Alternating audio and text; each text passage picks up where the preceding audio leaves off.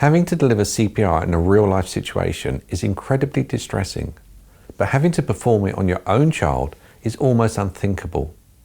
In this interview, we hear from someone for whom this became a reality. I was babysitting my son. I had my son a couple of nights a week, and during the night he come down with a temperature.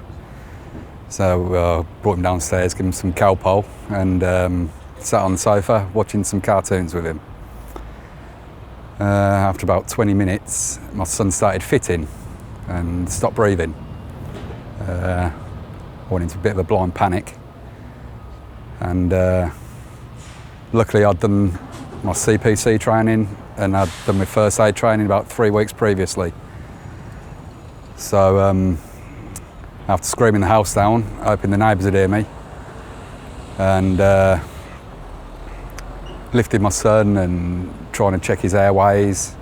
Yeah, so he stopped fitting after about 20-30 seconds or so, and I lifted him up, patted his back, checked his airwaves, and this when like he turned pale, his lips were blue and his eyes glazed over, and I was just screaming at him. My son's name's Corey, so I was like screaming, Corey, Corey, and screaming for the neighbours, saying phone an ambulance. Tipped him upside down, trying to stretch him out, leant him over the sofa, see if his airways were blocked. I weren't sure if he put anything in his mouth to start the fitting. Then I laid him down, checked for if I could feel a pulse or anything, and there was nothing coming out.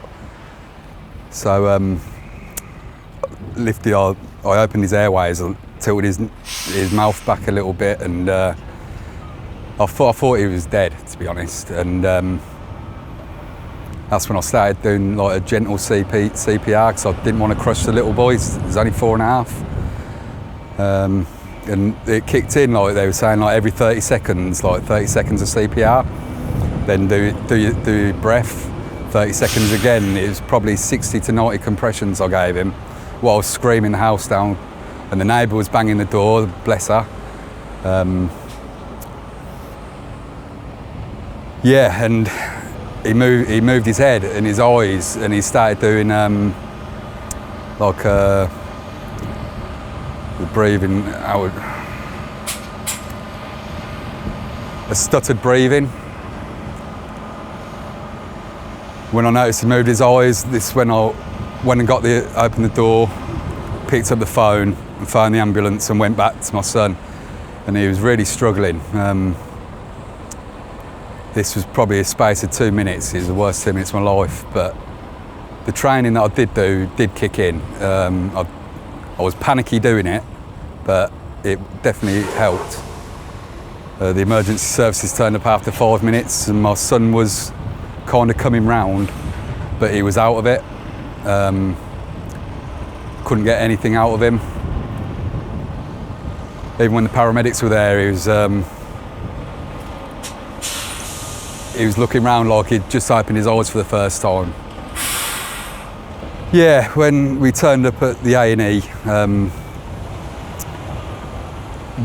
the surgeons took over, and they put some medicine into him, Calpol I believe, and Nurofen.